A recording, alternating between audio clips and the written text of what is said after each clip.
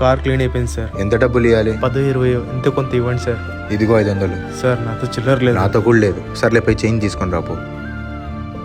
రేవాడిని డబ్బులు తీసుకొని పరిగెడుతున్నాడు రా. పర్లేదులే వదిలే.